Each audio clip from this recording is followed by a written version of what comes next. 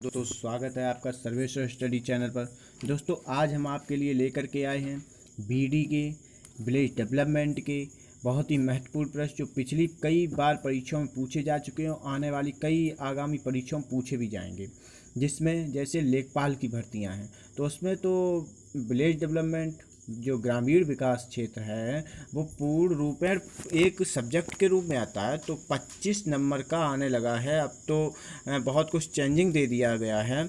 तो उसमें देखिएगा दोस्तों कि वो प्रश्न क्या है कैसे, ये आज पार्ट 2 लेकर के आए हैं। इससे पहले मैं पार्ट 1 लाया था तो उसमें भी बहुत सारे महत्वपूर्ण क्वेश्चंस कराए थे। अब देखिएगा दोस्तों इन प्रश्नों में कि कौन कौन से प्रश्न हैं क्या हैं। तो इससे पहले दोस्तों प्लीज़ वीडियो को लाइक करें तथा ज़्यादा से ज़्यादा अपने दोस्तों को शेयर करें और बेल आइकन को प्रेस करें, जिससे कि निरंतर हमारे वीडियो आपको मिलते रहें, और सब्सक्राइब भी करें। दोस्तों देखते हैं वो प्रश्न क्या हैं। हाँ, पहला प्रश्न इसमें दिया गया है, सरपंच एवं उपसरपंच की अनुपस्थिति में ग्राम सभा में बैठक की अध्यक्षता कौन करता है? तो दोस्तों इसका सही आंसर है ग्राम सभा द्वारा निर्वाचित व्यक्ति। लेकिन यहाँ पे एक बात मैं बता दूँ, सरपंच कौन होता है, उप सरपंच कौन होता है? तो जो सरपंच होता है वो ग्राम प्रधान होता है दोस्तों। जो सरपंच होता है वो कौन होता है? तो वो हम लोगों के ग्राम का प्रधान होता है। अब यहाँ पे देखिएगा जो उप सरपंच होता है, तो उप सरपंच जो होता है वो उप प्रधान होता है दोस्तों। कौन होता है? उप प्रधान होता है। लेकिन यहाँ पे मैं आपको एक बात और बता दूं, उप प्रधान कैसे चुने जाते हैं ये भी मैं आपको बता दूं। उप प्रधान उन्हें कहते हैं जो बीडीसी बोलते हैं ना, जिन्हें हम बीडीसी के चुनाव हुआ करते हैं, तो उनमें से जो चुनाया जाता है वो प्रधान कहलाता है। अब यहीं पे मैं आपको बता दूं कि ग्राम सभा द्वारा निर्वाचित व्यक्ति कैसे, तो जब ये दोनों नहीं होते हैं तो ग्राम सभा द्वारा कोई एक ऐसा व्यक्ति निर्वाचित किया जा सकता है जो या तो प्रधानी के यानी सरपंच के चुनाव के लिए खड़ा हुआ हो या वीडीसी के चुनाव के लिए खड़ा हुआ हो, परंतु वो हार गया हो तो उसे ग्राम सभा चयनित कर सकती है, निर्वाचित कर सकती है। उसी व्यक्ति को वहाँ पर अध्यक्ष के रूप में बैठाया जा सकता है। अब देखिए अगला प्रश्न क्या कहता है। अगला प्रश्न कहता है, किस बैंक समूह द्वारा ग्रामीण भारत में सबसे अधिक रन प्रदान किया है? रन यानी कि स्कोर का मतलब ये दोस्तों कि ज़्यादा से ज़्यादा स्कोर हासिल करने वाली बैंक कौन सी है? तो दोस्तों सहकारिता बैंक है, ग्रामीण के रूप में पूछी गई, ग्रामीण भारत में। यहाँ पे अब देखिएगा सहकारिता बैंक जो है, जैसे जिला सहकारी बैंक जिसे कहते हैं, उसी को ज़्यादा से ज़्यादा सहकारिता बैंक का नाम दे देते हैं। अब यहाँ पे एक और भी कई सारी आती हैं, एक आर्यावर्त ग्रामीण बैंक भी है, आर्यावर्त ग्रामीण बैंक भी है, जिसे भारत ने इस बार आर्यावर्त ग्रामीण बैंक ही सबसे आगे थी। इस बार जो है वो आर्यावर्त ग्रामीण बैंक ही सबसे आगे थी जिला सहकारी बैंक की अपेक्षा। अब देखिएगा अगला प्रश्न क्या कहता है। अगला प्रश्न कहता है, हरित क्रांति मुख्य रूप से किस उत्पादन में, देखिएगा दोस्तों जो हरित क्रांति है वो मुख्य रूप से किस उत्पादन में सबसे अधिक वृद्धि करने में सफल रहा? तो दोस्तों ये देखिएगा प्रश्न कहता है, तो इसका आंसर हुआ अनाज फसल, यानी कि जो अनाज हुआ करता था गेहूं चावल, तो इनमें खास जो मुख्य फसल हुई थी, जो मुख्य फसल की बढ़ोतरी हुई थी, उपज पैदावार जो अधिक हुई वो हमारा था गेहूं। हरित क्रांति से सबसे ज़्यादा फायदा किस फसल को हुआ, किस अनाज को हुआ? तो दोस्तों सबसे ज़्यादा फायदा गेहूं को हुआ। तो दोस्तों सबसे ज़्यादा फायदा गेहूं को हुआ, और उसके बाद दूसरे नंबर पर था हमारा चावल। दूसरे नंबर पर था दोस्तों चावल। यहाँ पे मैं आपको एक बात बता दूं, यहाँ पे बात ये है कि हरित क्रांति, यहाँ पे एक शब्द लिया मैंने हरित क्रांति। तो हरित क्रांति क्या थी? हरित क्रांति यानी हरियाली। तो हरियाली की क्रांति ये किसने लाई? विश्व में शुरुआत किसने की? ये तो किसी के मंथन चलता है ना, किसी के कि मुझे कुछ करना है, तो जब मुझे कुछ करना है तो भाई क्या करना है ये तो देखना है। कोई निखार तो कोई एक बंदा ही तो करता है, कोई एक बिड़ला इंसान करता है। बिड़ला का मतलब कोई एक ऐसा मुख्य इंसान होगा जिसके अंदर ये चिंगारी जलती है बचपन से कि मुझे कुछ अलग बन के करना है, मुझे कुछ अलग करना है, तो वही तो उसमें कौन ऐसा था विश्व का इंसान, विश्व में कौन था जिसने हरित क्रांति लाया, हरित क्रांति शब्द बोला। तो भाई मेरे, हरित क्रांति का शब्द लाने वाला, हरित क्रांति को विश्व में लाने वाला कौन था? नॉर्मन बोरलॉग थे। कौन थे? Norman Borlaug. अब यहाँ ये 1960 के दशक की बात है, ये 1960 के दशक की बात है। और यहाँ पे मैं आपको एक बात और बता दूं, जो भारत में हरित क्रांति लाए, जो भारत में हरित क्रांति लाए वो कौन थे? जो भारत में हरित क्रांति लाए वो हमारे थे सी सुब्रमण्यम, सी सुब्रमण्यम। परंतु ये कोई नहीं जानता। क्यों? क्योंकि ये सिर्फ भारत में लाए थे, इन्होंने वहाँ पे गए थे जब नॉर्मन बोरलॉग के यहाँ जब उन्होंने ये देखा कि ये बहुत अच्छी बात है, ये बहुत अच्छा काम हो रहा है, तो क्यों ना हम अपने देश में ये काम करूं। परंतु वनस्पति विज्ञान अकेले तो कोई कर नहीं सकता। तो भाई हमारे ये बताओ, घास फूस या पेड़ पौधों की जो वनस्पतियां होती हैं, तो इनकी बढ़ोतरी के लिए हमें किससे मिलना चाहिए? तो घास फूस वनस्पति विज्ञान वालों से ही तो मिलना चाहिए।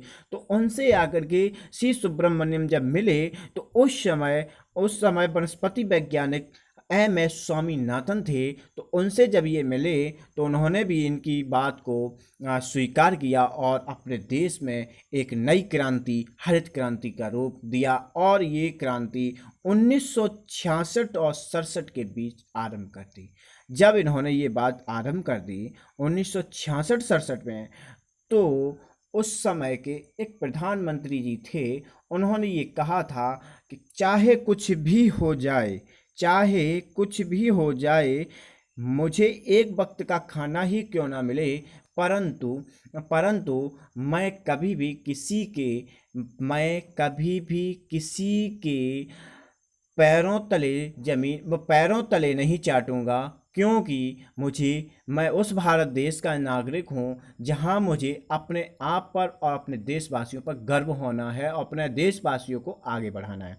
तो उस समय उन्होंने एक वक्त ही खाना खाया था और गेहूं की पैदावार के लिए हरित क्रांति को बढ़ावा देने के लिए MS स्वामीनाथन से और सी सुब्रमण्यम से हाथ मिलाया और उनका पूरा सहयोग दिया। अब देखिए दोस्तों, अगला प्रश्न क्या है।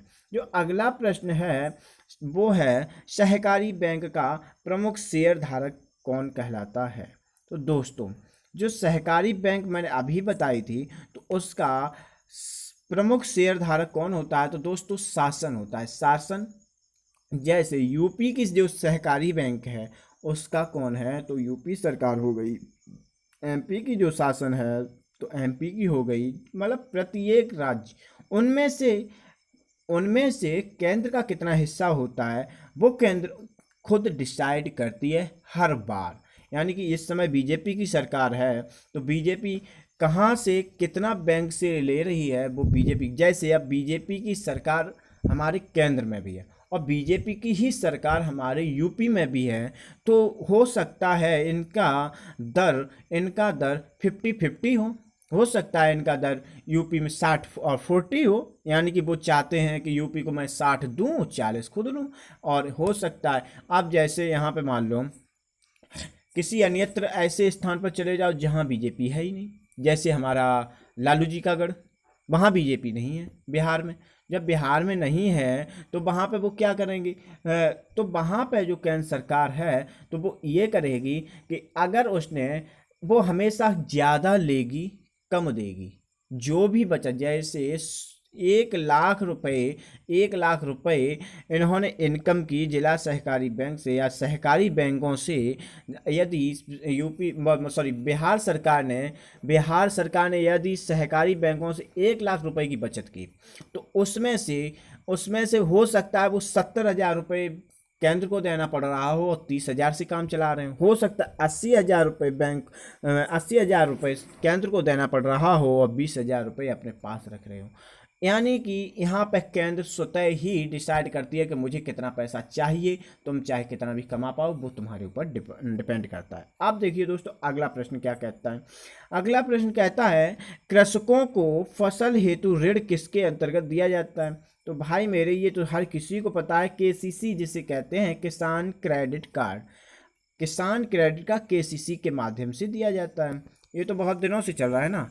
और कुछ ही दिनों पहले मोदी जी ने इन्हें रिप्लाई में ये कहा था कि मैं केसीसी माफ़ कर रहा हूँ। तो दोस्तों किसी की हुई थी तो किसी की नहीं हुई थी, तो वो तो भाई सरकारें हैं, आती जाती रहेंगी और देखते रहो भाई, जिसका ना हुआ हो तो वो भी करवाने की चेष्टा करो। अब देखिए आगे प्रश्न क्या कहता है। अगला प्रश्न है, ग्राम पंचायत की शिक्षा, स्वास्थ्य और सामाजिक कल्याण समिति के क्षेत्राधिकार में क्या सम्मिलित नहीं है? तो दोस्तों ग्राम पंचायत की जो शिक्षा, स्वास्थ्य और सामाजिक कल्याण समिति होती है उनके क्षेत्राधिकार में कृषि सम्मिलित नहीं होती, क्योंकि वो जो ग्राम पंचायत की शिक्षा, स्वास्थ्य और सामाजिक कल्याण की समिति होती है वो शिक्षा में, स्वास्थ्य में, सामाजिक कल्याण में ही ज़्यादा औचित्य रखती है, उसमें कृषि में नहीं। कृषि में इसलिए नहीं रखती क्योंकि उन्हें शिक्षा को बढ़ावा देना होता है, स्वास्थ्य को बढ़ावा देना होता है, सामाजिक कल्याण में बढ़ावा देना होता है। जैसे सामाजिक कल्याण का मतलब ये नहीं होता कि मतलब किसी के यहाँ पे शादियाँ ना हो रही हैं तो शादियाँ करवाना, ये कोई सामाजिक कल्याण नहीं है। सामाजिक कल्याण है कि यदि कोई गरीब है तो वो भूखा ना सो, यदि कोई गरीब है तो वो भूखा ना सो, उसे रात में खाना दिया जाना चाहिए। भूखा ना सोए इसलिए रात में खाना भी दिया जा सकता है। कोई गरीब है, उसे उपचार की व्यवस्था नहीं है तो उसका उपचार किया जाना चाहिए। कोई गरीब है, उसे शिक्षा नहीं मिल पा रही है तो उसे शिक्षा देने का संकल्प लेता है वो ग्राम पंचायत, शिक्षा देता है उसे। तो ये काम ग्राम पंचायत शिक्षा, स्वास्थ्य और सामाजिक कल्याण समिति के क्षेत्राधिकार में आता है, ना कि कृषि। या भाई किसी की कृषि पैदावार नष्ट हो गई, ओले गिर गए, या किसी ऐसी अनाकारण कर्तव्यों से जो जिसे हम कहते हैं अनहोनी के रूप में, आपदा के रूप में, यदि आपदा किसी तरह से आ जाती है तो क्या होता है भाई, हमारे वो तो हर किसी ग्राम पंचायत वालों का भी तो हो जाता है आपदा में नष्ट, कोई भी फसल हुई तो इसकी भरपाई सरकार करती है, ना कि ग्राम पंचायत। ग्राम पंचायत सामाजिक कल्याणों में एक काम और करती है, जैसे मेले लगते हैं ग्रामों में तो उनका साथ देना, मेलों को उजागर करना, मेलों को बढ़ाना, ये काम करना किसका काम है? ग्राम पंचायतों का काम है। किसी देव या दैवीय शक्तियों के बारे में जो बातें आती हैं कि यहाँ पर मंदिर बनवाना है या क्या करना, उनमें हस्तक्षेप न करना, चाहे वो मुस्लिम हो चाहे वो हिंदू हो, दोनों को, चाहे वो सिख ईसाई किसी भी धर्म संप्रदाय से क्यों न जुड़ा हो, परंतु ग्राम पंचायत हमेशा यही कहती है कि प्रत्येक के धर्म में कोई व्यवधान नहीं आना चाहिए। ये काम ग्राम पंचायत का, ना कि कृषि से कोई संबंधित। कृषि से संबंधित काम सरकार का है, इसके साथ ही साथ नायब तहसीलदार के साथ साथ एसडीएम वगैरह का है, क्योंकि ये सरकार के शासन के अधीन आते हैं। अब देखिए अगला प्रश्न क्या कहता है। अगला प्रश्न जो है वो कहता है, ग्राम पंचायतों के कार्यों का सामाजिक अंकेक्षण कौन करता है? तो दोस्तों यहाँ पे देखिएगा, जो ये प्रश्न कहा गया बहुत अच्छी बात कही गई। ग्राम पंचायतों में काम कौन कर सकता है? जो एक तो प्रधान होता है ग्राम पंचायतों में, मुख्य, जिसे हम सरपंच कह देते हैं, एक उप प्रधान होता है जिसे हम उप सरपंच कह देते हैं। ये तो दोनों होते हैं, इनको भी ये तो काम करने वाले होते हैं, परंतु कार्य का जो सामाजिक अंकेक्षण होता है ना, वो कौन करता है? जैसे इसमें मैं, ये तो ग्राम की बात है, ग्राम से मैं एक अदर चीज़ में चलता हूँ, वहाँ पर समझिएगा कितना अच्छा समझाता हूँ मैं। संसद देखा है कभी? सुना तो होगा, ये नहीं देखा तो संसद में सदन होते हैं, उच्च सदन और निम्न सदन, परंतु यहाँ पे सदन नहीं होते। इतना जरूर होता है कि वहाँ पे संसद में एक प्रधानमंत्री और प्रधानमंत्री हो सकते हैं, राष्ट्रपति भी होता है, परंतु यहाँ पे ये कुछ नहीं होता। यहाँ पे दो चीज़ें होती हैं, एक होता है प्रधान, जिसे हम मान लो प्रधानमंत्री का दर्जा दे दूँ, एक होता है उप प्रधान, जिसे मान लो हम उप प्रधानमंत्री का दर्जा दे दूँ। दोनों बैठ जाते हैं। प्रधानमंत्री और उप प्रधानमंत्री स्वयं निर्णय नहीं लेते कि मुझे क्या करना है, स्वयं निर्णय नहीं लेते कि मुझे भारत देश में या कानून में कौन सा बदलाव लाना है। ये कौन करता है? जीएसटी लगाने के लिए प्रधानमंत्री जी ने कोई काम नहीं कर पाया था। क्यों? क्योंकि जीएसटी सिर्फ उनका शब्द था कि जीएसटी लगाऊंगा, परंतु अंतर सिर्फ इतना था, उनमें दम नहीं थी। यानी कि प्रधानमंत्री जी पद बहुत अच्छा है, प्रधानमंत्री पद अच्छा है, उसका सम्मान करना चाहिए, लेकिन एक बात बता दूं, कोई भी प्रधानमंत्री हो उसमें दम नहीं है कि वो कोई अदर काम कर सके। क्यों? क्योंकि बिना संसद की अनुमति के कोई काम नहीं किया जा सकता। तो वहाँ पे संसद में सांसदों के लिए एक प्रस्ताव पारित होता है, जीएसटी। जब प्रस्ताव पारित किया जाता है, उन पर प्रस्ताव पर क्या होता है, वोटिंग होती है। वोटिंग में जिसके वोट ज़्यादा होते हैं उस पर काम होता है। यदि यहाँ पर जीएसटी की तरफ से वोट ज़्यादा पड़े हाँ में, तो जीएसटी के लिए मोदी जी तैयार थे। नहीं में पड़े तो भी जीएसटी के लिए मोदी जी तैयार थे। क्यों? अंतर दोनों में ये था, क्योंकि केंद्र की सीटें राज्यों की सीटों से अधिक होती हैं। तो इसलिए जीतना किसका है?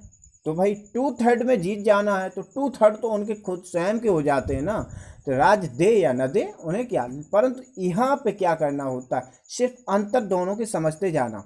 यहाँ पे ग्राम सभा में काम ये करना पड़ता है, ग्राम पंचायतों में, कि प्रधान बैठा होता है, उप प्रधान बैठा होता है, और बैठी होती है ग्राम सभा। ग्राम सभा अंकेक्षण करती है कार्यों का, जैसे नालियाँ बनाना। तो कहती है कि प्रधान जी या उप प्रधान जी नालियाँ बनवानी है, इस जगह नालियाँ नहीं हैं, तो वो उस चीज़ के लिए प्रस्ताव पारित नहीं करता। यहाँ प्रस्ताव नहीं पारित होते, यहाँ पर लेखपाल या फिर तहसीलदार के माध्यम से, सेक्रेटरी के माध्यम से क्या करना पड़ता है, एक पत्र होता है, उस पत्र पर प्रधान और उप प्रधान दोनों के साइन होते हैं, और उस साइन से ही उस नाली का और ग्राम के अंदर जाने वाली सड़क और छोटे छोटे खड़ंजों का काम शुरू होता है। ये काम कैसे होता है, वो ग्राम प्रधान के ऊपर बैठे, ग्राम प्रधान तो होता है ग्राम के ऊपर, और ग्राम प्रधान से भी ऊपर होते हैं हमारे एसडीएम साहब। तो एसडीएम साहब करवाते हैं क्या क्या, कब कब, कैसे होता है। अब यहाँ पे मैं आपको एक बात और बता दूं, ग्राम पंचायत में जो कार्यों का जो सामाजिक अंकेक्षण बताया ना ग्राम सभा द्वारा, एक तो मैंने ये नाली और सड़कों का, जो ग्राम के अंदर की सड़कें हैं वो बात कर रहा हूँ, ग्राम के बाहर की सड़कों का नहीं होता है। ग्राम के बाहर की सड़कों का एक ठेकेदार के रूप में काम होता है। अब यहाँ पे मैं एक बात और बता दूं, सामाजिक अंकेक्षण की बात और कर रहा है, तो सामाजिक अंकेक्षण में ये होता है, जो प्रथाएं चलती चली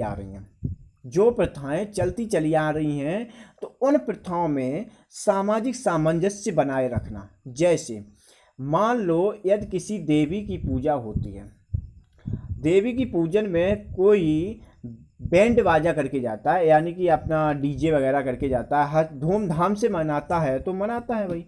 वहीं पर एक जगह यदि प्रथा है कि माता काली के यहाँ पर बलि चढ़ाई जाती है, तो भाई मेरे माता काली के यहाँ जब बलि चढ़ाई जाती है, तो उस बलि को देने से इनकार करने के लिए, यानी कि माँ अपने पुत्रों को नहीं खाती है, अपने बच्चों को नहीं खाती है, तो इसलिए उसकी बलि ना दो। ये सामाजिक अंकेक्षण, ये ग्राम सभा कहती है कि, क्योंकि ग्राम सभा में जो बैठे लोग होते हैं वो दिमाग की होते हैं, क्योंकि दिमाग उनके अंदर होता है तभी तो ये काम होता है। लेकिन इस समय ग्राम सभा में ना तो मैंने ग्राम सभा देखी और ना ही ऐसे काम देखे, परंतु हो जाता है, जो भी होता है, कहीं कहीं तो बहुत अच्छा काम होता है। तो उस समय ये ग्राम सभा के सदस्य बैठते हैं, 2/3 वोटिंग होती है। 2/3 वोटिंग का मतलब उस समय प्रस्ताव नहीं पारित होता ना, यहाँ पे वोटिंग के लिए पोलिंग बूथ आते हैं। यहाँ पर वोटिंग ऐसे होती है कि क्लियर होते हैं, मत हो जाते हैं, आपस में मन मत हो जाते हैं। मन का मतलब होता है हम उनकी बात को सहमत करते हैं। तो इस तरह से यहाँ पे क्या होता है, उन्होंने कहा कि हाँ बलि नहीं देनी चाहिए, क्योंकि वो एक निरीह प्राणी है, यानी गाय की दी, भैंस की दी, या बकरे की दी, मुर्गे की दी, किसी की भी बलि दो। ये एक निरीह प्राणी है जो अपने दर्द को नहीं बता सकता, परंतु माँ तो जानती है ना, वो मेरा बेटा है, मेरा बच्चा है, तो माँ कभी अपने बच्चों को नहीं कहती। ये बात सोच करके ग्राम सभा क्या करती है, सामाजिक अंकेक्षण करती है कि बलि की प्रथा नष्ट करो। तो भाई मेरे बलि की प्रथा उसी समय नष्ट कर दी जाती है उस ग्राम से। थोड़ा अगर उस समय 100 लोगों में 20 लोग ये सोच रहे हैं कि मैं गांव छोड़ दूंगा, मैं धर्म परिवर्तन कर लूँगा, तो उनके हिसाब से कोशिश की जाती है और सोचा जाता है कि धीरे धीरे इनमें परिवर्तन आएगा तो एक दो लोगों को उन्हें बहला फुसला करके भी किसी न किसी तरह से बलि प्रथा से दूर किया जाता है। ये काम जो है वो सामाजिक अंकेक्षण के रूप में आता है। दूसरा सामाजिक अंकेक्षण में देख लीजिए क्या होता है। दूसरा सामाजिक अंकेक्षण ये कहता है यदि किसी के गरीब इंसान के यहाँ पर खेती नहीं है तो उसके साथ क्या करना चाहिए, या कोई गरीब इंसान बसा हुआ है उसके सामने सिर्फ एक झोपड़ी पड़ी हुई है, रहने को घर नहीं है, तो उसके लिए क्या करना चाहिए। शौचालय नहीं है, क्योंकि मोदी जी ने चलाया तो होना ज़रूरी है, तो शौचालय नहीं है तो उसके लिए क्या होना चाहिए। तो ये काम ग्राम सभा करती है। किससे कहती है? ग्राम प्रधान से कहती है और ग्राम उप प्रधान से कहती है। ग्राम सभा जब ये बातें कहती है, ये ग्राम सभा में एक बात और बता दूं कि ग्राम सभा का साल में 3 बार बैठक होती है ग्राम सभा की, और प्रधान और उप प्रधान की। ये तीनों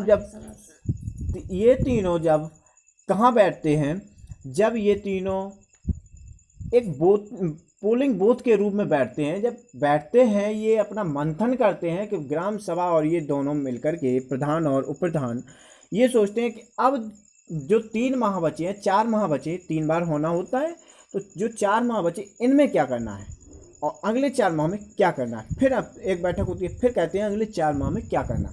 तो ये 4-4 माह की एक यूनिट बना लेते हैं, ये बना लेते हैं, इकाई बना लेते हैं कि मुझे इतना करना है, पर करने की चेष्टा करते हैं। बेशक ना करें, वो उनके ऊपर डिपेंड करता है, बेशक बचत कर लें। आजकल तो प्रधान करते होंगे, मुझे नहीं पता, खैर मेरे गाँव के नहीं करते। अब देखिएगा आगे क्या होता है।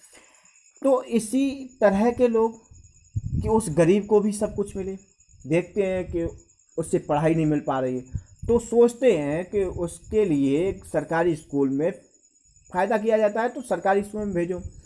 राशन नहीं मिल पा रहा है तो उसके राशन कार्ड बनवाओ। मकान नहीं बना है तो उसे कॉलोनी दो। शौचालय नहीं बना है तो ग्रामीण शौचालय दो। इस तरह से खेती नहीं है तो बचत में से केवल और केवल 1.25 बीघे का पट्टा करा दो। 1.25 बीघे का मतलब होता है 15 भिसे।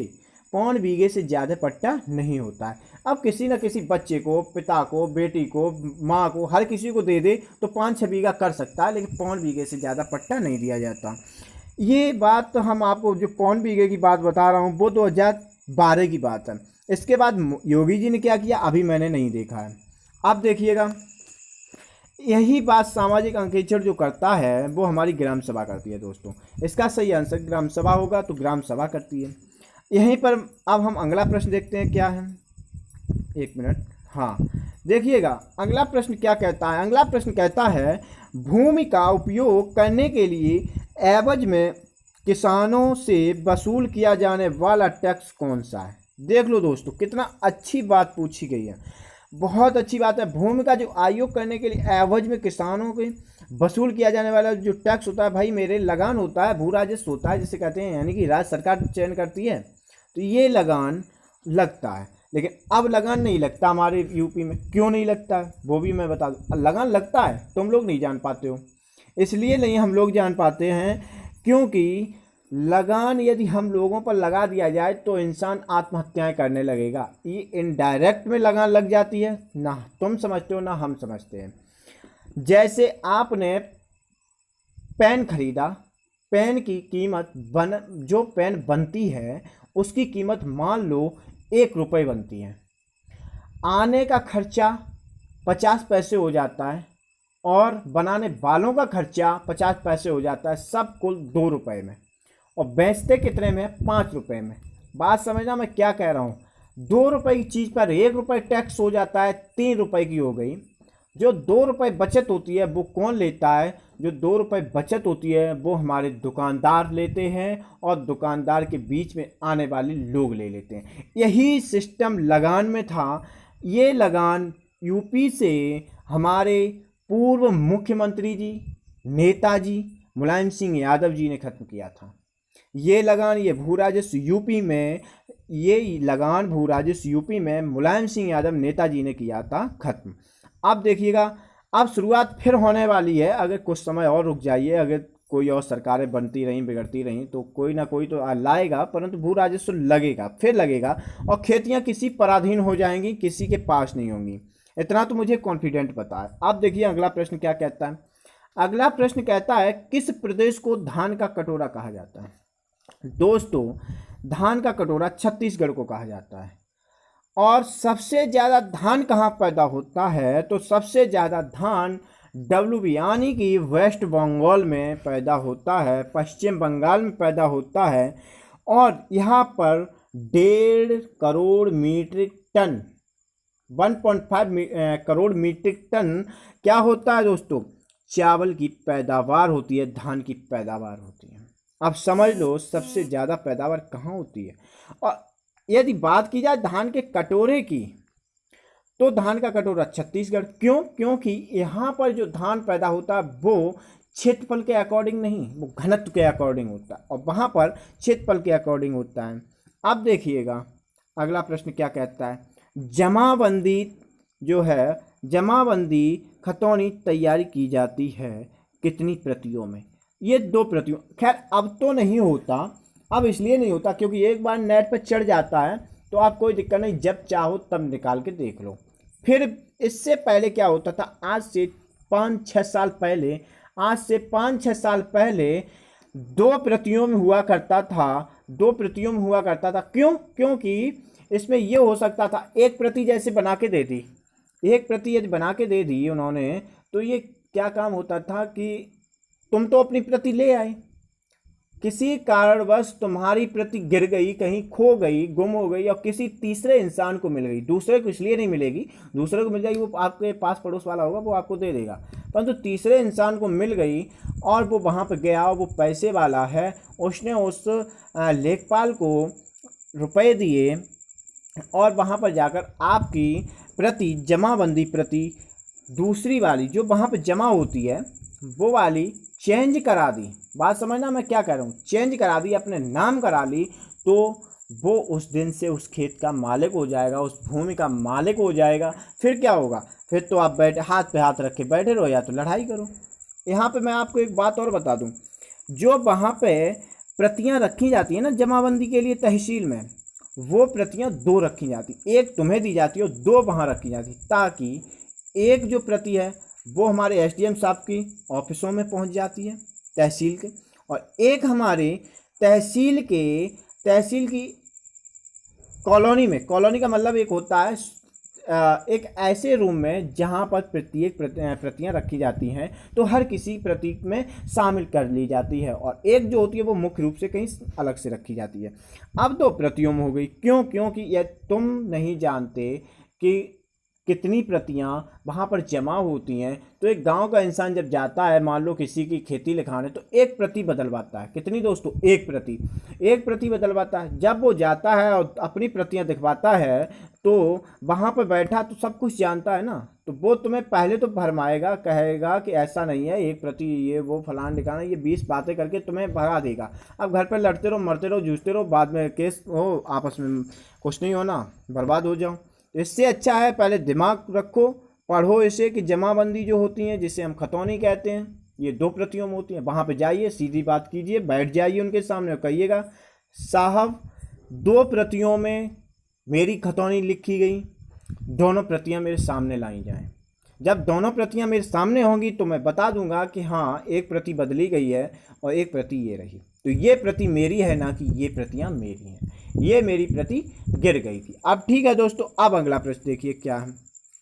भारत की प्रमुख खाद्यान्न फसल कौन सी है? तो दोस्तों भारत की प्रमुख खाद्यान्न फसल चावल है।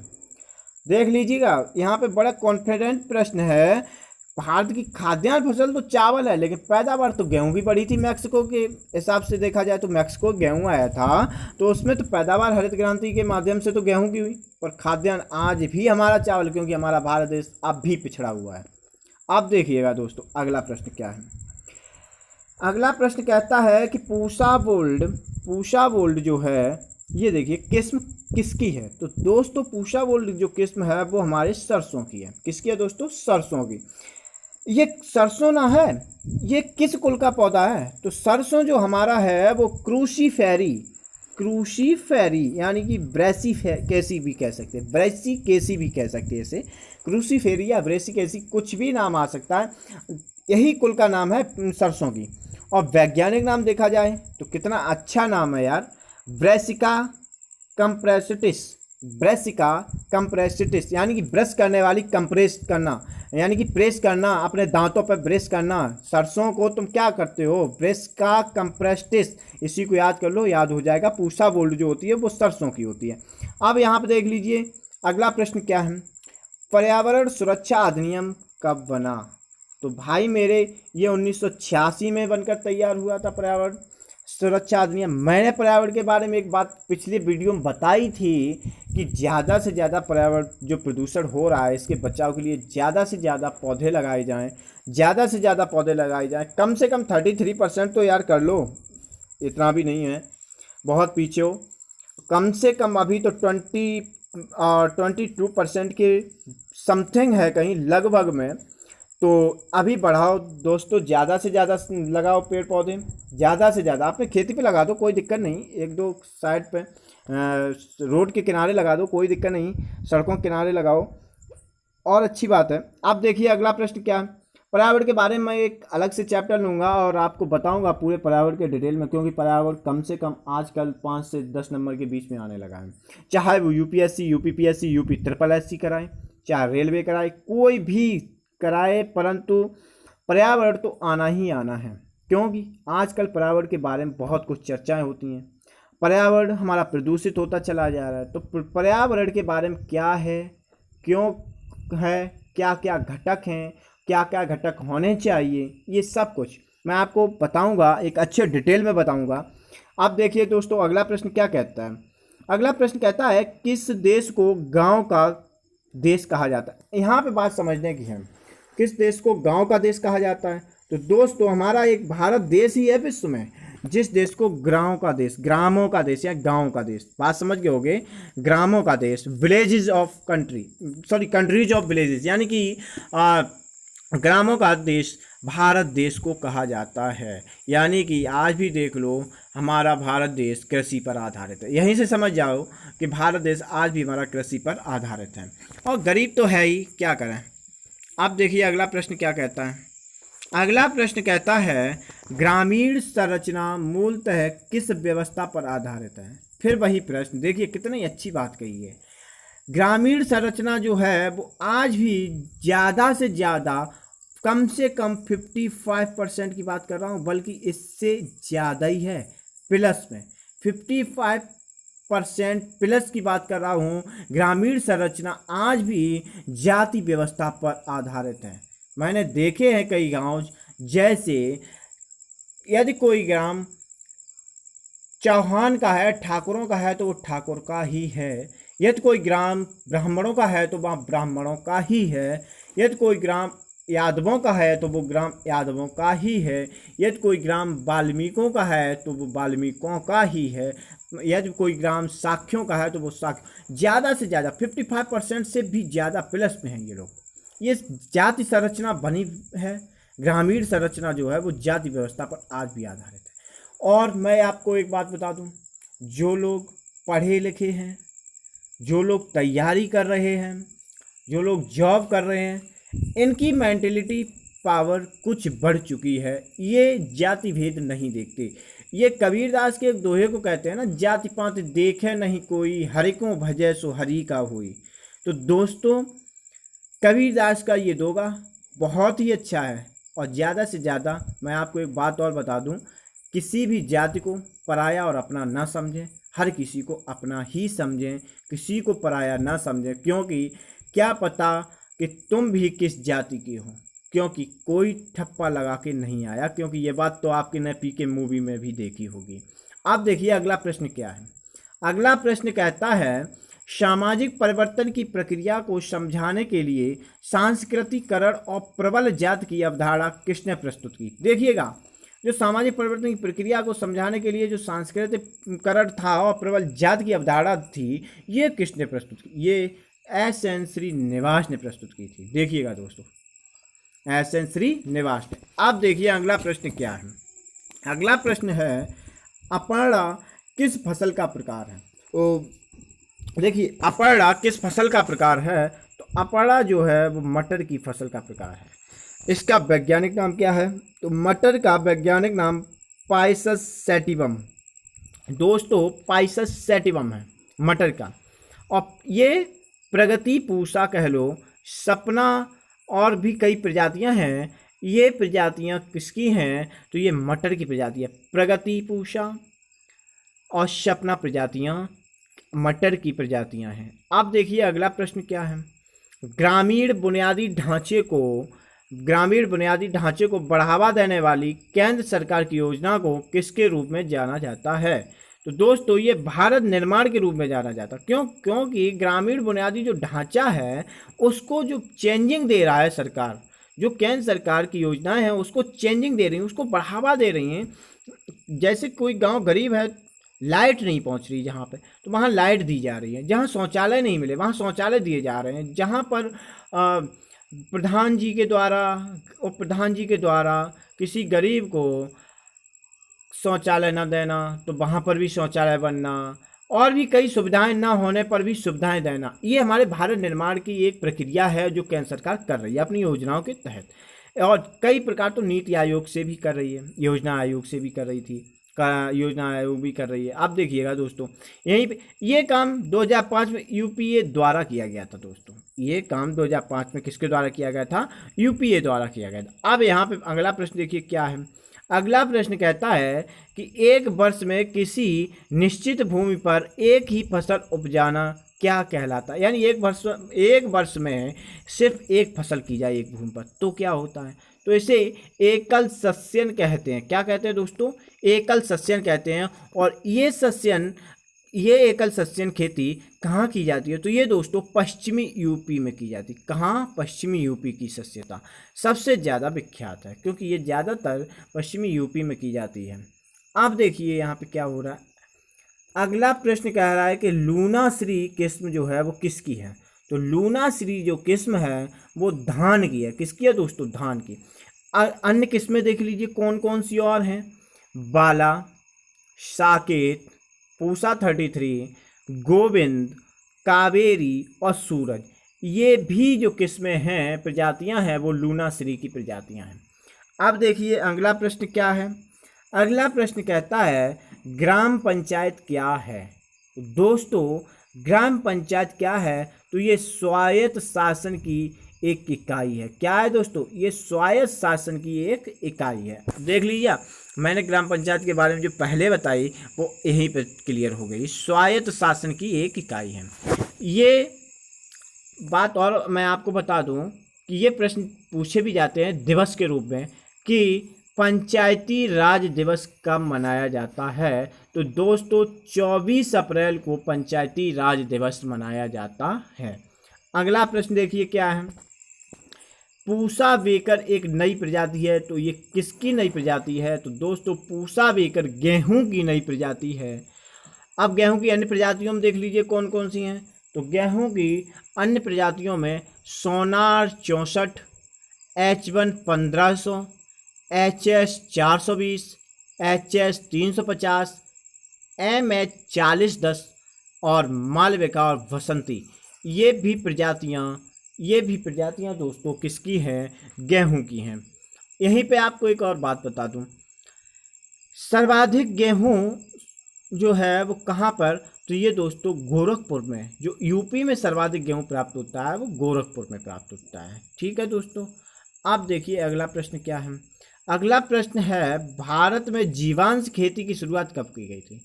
तो जीवांश खेती की शुरुआत अक्टूबर 2004 से की जा रही। कब से दोस्तों? अक्टूबर 2004 से। यहाँ पे एक बात और मैं आपको बता दूं, अक्टूबर 2000। जीवांश खेती का मतलब क्या? जीवांश खेती का मतलब होता है जिसमें जीवों का अंश हो, जिससे सबसे महत्वपूर्ण काम होता है केंचुआ। इससे किसानों का मित्र भी कहा जाता है, दोस्त भी कहा जाता है। तो सबसे महत्वपूर्ण जीवांश खेती में केंचुआ होना जरूरी है। और जहाँ केंचुआ होता है जिस खेती में, वहाँ की पैदावार ही कुछ और होती है। वहाँ की पैदावार सबसे अच्छी होती है, वहाँ की कृषि सबसे अच्छी होती है, वो खेत अच्छा होता है, वो भूमि अच्छी होती है। आप देखिए अगला प्रश्न क्या है। अगला प्रश्न कहता है भारत का प्रथम जैविक राज्य भारत का प्रथम जैविक राज्य कौन सा, यानी कि ऐसा कौन सा राज्य है भारत का जिसने सबसे पहले जैविक खेती शुरुआत की थी।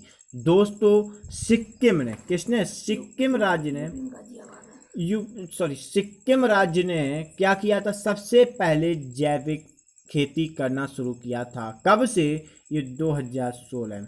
परंतु यदि यूपी में पूछा जाए, यूपी में कौन सा जिला है, कौन सा स्थान है जिसने जैविक कृषि करने की शुरुआत की थी, तो दोस्तों यूपी में गाजियाबाद एक ऐसा जिला है या स्थान है, शहर है, जहां पर सबसे पहले जैविक खेती करने शुरू हुआ है। अब अगला प्रश्न देखिए क्या है दोस्तों। अगला प्रश्न कहता है कि भूमि की पैमाइश का कार्य कौन सा विभाग करता है। तो भाई मेरे, जो भूमि की पैमाइश करता है ना, तो जिसके लिए तुम पढ़ रहे हो ये, तो वही करता है कौन, राजस्व विभाग। तो राजस्व विभाग का मतलब राजस्व लेखपाल हुआ। तो ये भूमि की पैमाइश कौन करता है दोस्तों, राजस्व विभाग से राजस्व लेखपाल करता है। दोस्तों वीडियो अच्छा लगा हो तो लाइक करें, ज़्यादा से ज़्यादा अपने दोस्तों को शेयर करें तथा सब्सक्राइब करें दोस्तों, तथा बेल आइकन को प्रेस भी करें, जिससे कि हमारे निरंतर वीडियो आपको मिलते रहें। आने वाली वैकेंसी के लिए अच्छी से प्रिपेयर करें, बनाए रखें और अपनी प्रिपेयर पर ध्यान बनाए रखें। और दोस्तों सर्वेश्वर स्टडी चैनल को ज़्यादा से ज़्यादा लोगों तक पहुंचाएं और हमारा साथ दें। थैंक यू दोस्तों। जय हिंद, जय भारत। भारत देश के लिए अग्रसर हो। भारत देश में इस समय आपको एक बात और बता दूं, कोई पता नहीं कि कब तृतीय वॉर शुरू हो जाए, कब तृतीय विश्व युद्ध शुरू हो जाए, कोई पता नहीं। क्योंकि वर्ल्ड वॉर जब भी होते हैं तो कई मित्र राष्ट्र और धुरी राष्ट्रों में युद्ध में ऐसे कर्मों में साथ न मिलने से, जब बुराइयां ज़्यादा बढ़ जाएं, चुनौतियां ऐसी खड़ी हो जाएं जहां पर कोई किसी के सामने झुकने की चेष्टाएं ना करे, तो उस समय तृतीय विश्व युद्ध होना स्वाभाविक हो जाता है। क्योंकि यही बात द्वितीय विश्व युद्ध में भी देखने को मिली थी और यही बात अब भी देखने को मिली। द्वितीय विश्व युद्ध 39 से लेकर के 45 तक 6 वर्ष तक चला। उसमें कई जानमाल के साथ साथ कई ऐसी दुर्घटनाएं हुई थी जिसमें जापान ने सबसे बुरी हार झेली थी। क्योंकि जापान ही एक ऐसा देश है जिस पर विश्व में सबसे पहले परमाणु बम गिराए गए थे। दोस्तों परमाणु बम, अभी तो हाइड्रोजन बम का कहीं परीक्षण नहीं किया, परीक्षण तो किया होगा लेकिन गिराए नहीं गए, क्योंकि हाइड्रोजन बम का तो हमारे किम जोंग करते ही रहते हैं, उनका कोई पता ही नहीं, वो तो नेता हैं बड़े। परंतु हाइड्रोजन बम का अभी तक किसी भी युद्ध में कार्यरत कर्तव्य नहीं हुआ, उसे उपयोग में नहीं लाया गया। क्योंकि एक हाइड्रोजन बम कम से कम 150 से 200 किलोमीटर के एरियाज को नष्ट कर देता है और एक परमाणु बम 60 से 70 किलोमीटर के एरियाज को खत्म कर देता है। और यही हुआ 70 किलोमीटर के एरियाज में बसे नागासाकी और हिरोशिमा पर परमाणु बम गिरा करके अमेरिका ने जापान को तहस नहस करके मजबूर कर दिया था अपने आगे घुटने टेकने को। तो मैं यही कहूँगा, अभी वक्त है, पढ़ो और इतना पढ़ो कि भारत देश के काम आ सको।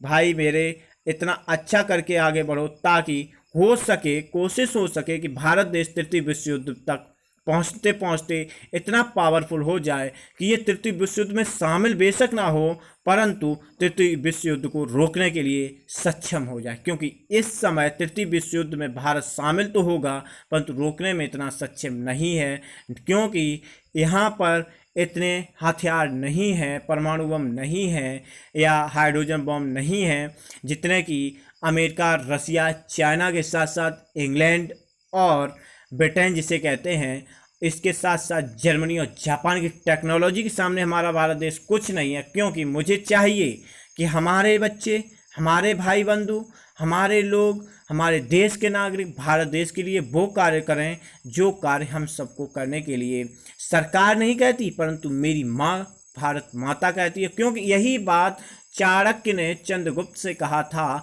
कि भारत मेरी माँ है, तो भारत माँ के सीने पर कोई भी दुश्मन अपना प्रहार ना कर सके। थैंक यू दोस्तों। भारत देश के लिए 2 ही शब्द बोले थे, अब ज़्यादा से ज़्यादा नहीं बोल सकता, बोलने के लिए खड़ा कर दो तो बोल सकता हूँ। Thank you.